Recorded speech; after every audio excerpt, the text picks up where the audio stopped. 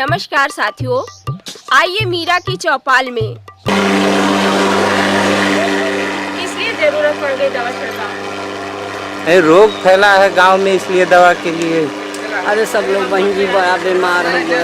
हाँ, वो दवा नहीं देते, कोई अच्छी दवा नहीं मिलती है यहाँ पे। भारत सरकार एक गांव को डेंगू और मच्छर से नहीं बचा पा रही है, वो भारत को पाकिस्तान और चीन से कैसे बचाएगी।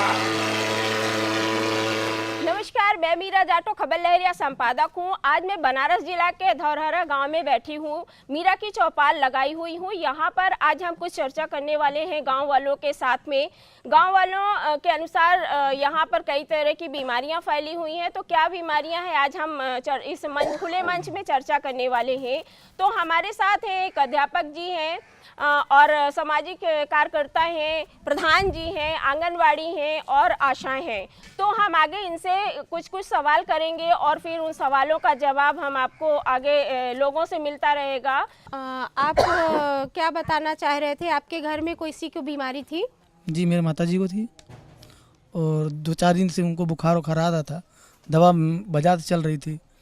ज़्यादा जब बुखार आया तो हमने हॉस्पिटल ले गया, दीनदयाल में एडमिट कराए थे।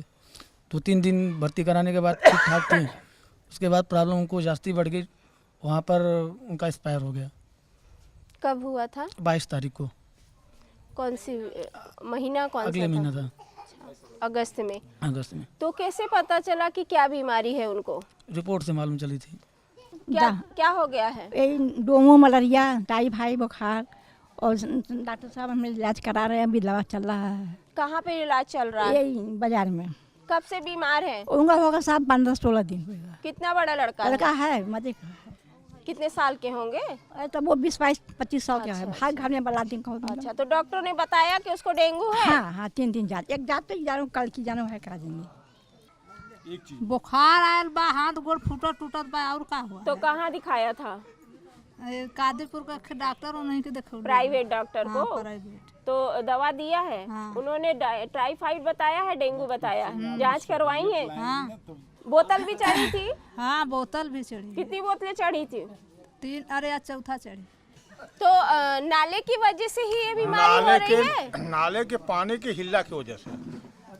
कितना दूर है वो नाला, कितने किलोमीटर का नाला है? अरे नाला थोड़ा दूर ऐसे रहो, कचरा जो ना तो गांव में जगह जगह गली गली है।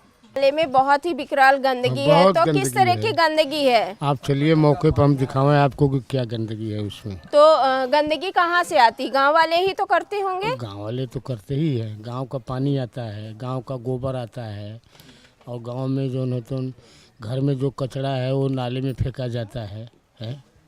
लेकिन तो गाँव से होगा कि कोई उड़ के ऊपर से तो आता नहीं है। पर ये नाला कितने साल पुराना है? अरे बहुत पुराना है। कितने साल लगभग? ये नाला तो हमको होश नहीं थी कि उसके पहले से है। तो तब में और अब क्या दिक्कत हो रही है? आप क्यों बीमारियां हो रही? वजह से है और कुछ। तो उसके पहले तो बीमारियां नहीं हुई गांव में? नहीं, उसके पहले थी बीमारी, चलती थी, लेकिन इस पर कोई ध्यान देता नहीं था। हाँ, या तो सरकारी हॉस्पिटल में जाके भर्ती होगी तो पहले दवा ववा का व्यवस्था सही हो ना पाओ थे। अपन जान बचाओ बदे सब प्राइवेट में जाता, जकरे पहले पैसा बा बहुत हाई फाई हॉस्पिटल में चल जाता, और जकरे पहले ना बा तो उनकी बेचारा रिग के ख़त्म हो जाता। ये हालत है तो उनकी। नाला अगर कंप्लीट कराया जाए तो उनकी, और यहाँ का व्यवस्था है तो उनकी, और जो तो जैसे लगा कि व्यवस्था सरकार की तरफ से हो जाए तो उनकी तो बहुत बढ़िया है। लेकिन ये नाला और बीमारी ठीक है, समझ सकते हैं कि गंदगी की वजह से, लेकिन जो सुनने में आ रहा कि 50 साल पुराना नाला है, तब से आज तक में इस तरह की समस्या नहीं हुआ। अचानक से ये 4 महीने से बीमारी का सिलसिला जारी है और लोग मान रहे हैं कि उनको डेंगू है। तो अचानक से कैसे नाले से इतनी बीमारियां फैल रही हैं? बारिश में जो है कीटाणु वैसे भी ज़्यादा हो जाते हैं। मच्छर के वजह से कई लोगों का ब्लड जांच किया गया तो डेंगू उसमें निकला, इसलिए डेंगू का पूरा हवा मच गया कि डेंगू हो गया। वायरल फीवर भी है, उसमें भी डेंगू का हल्ला मच रहा है। और पोखरे की मतलब बात है कि सफाई तो चल ही रही है, एक मतलब जैसे हो जाता है कोई बीमारी नहीं आ जाती है, एक बैग वहीं आ गई है कीटाणु उटाणु इसी टाइप के आ गए हैं। मैं यहाँ के शासन प्रशासन स्वास्थ्य विभाग हर चीज़ से मैं असंतुष्ट हूँ। यहाँ किसी तरह की कोई व्यवस्था नहीं है। सिर्फ यहाँ के डॉक्टर या शासन प्रशासन जो है, कम से कम यहाँ से लोग 100 लोगों ने धरना दिया, प्रदर्शन किया।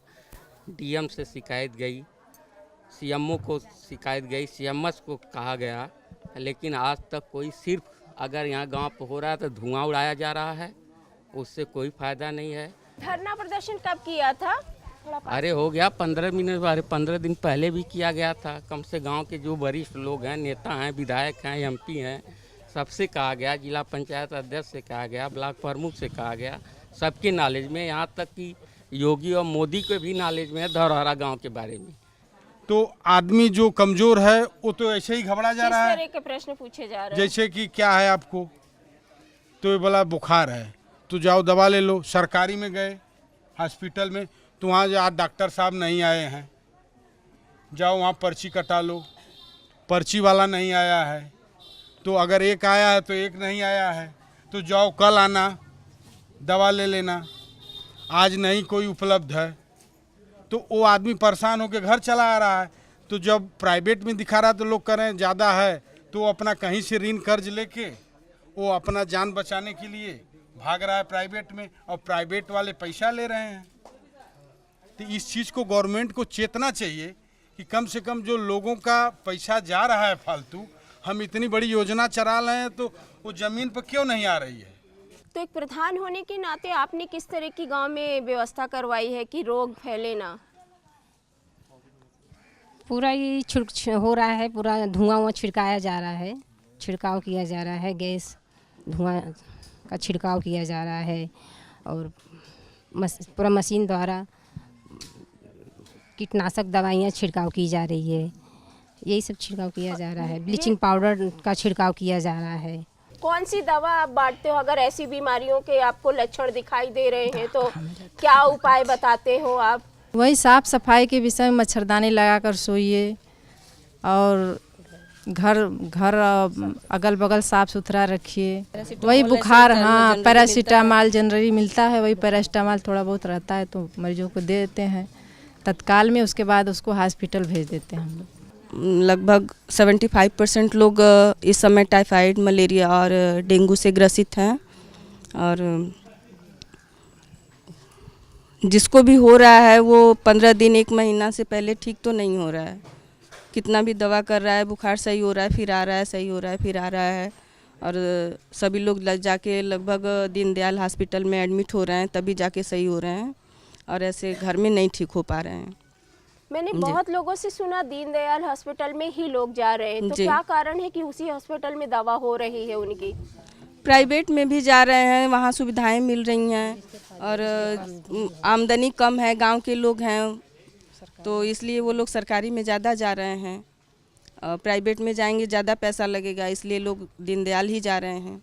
तो क्या स्वास्थ्य विभाग मान रहा है कि डेंगू जैसी बीमारी इस गाँव में है? हाँ, ज़रूर मान रहा है। मैडम जी, ऐसा है कि एक थोड़ा सा अफवाह भी होता है ना, कि नहीं, कभी कभी एक माहौल होता है, क्रिएट हो जाता है, अपने मेंटलिटी क्रिएट हो जाती है कि जैसे बीमार हुए, किसी को मलेरिया टाइफाइड भी हुआ, तो उसकी मानसिकता में ये हो जाता है कि नहीं, ये तो डेंगू हो गया, हमको डेंगू हो गया है।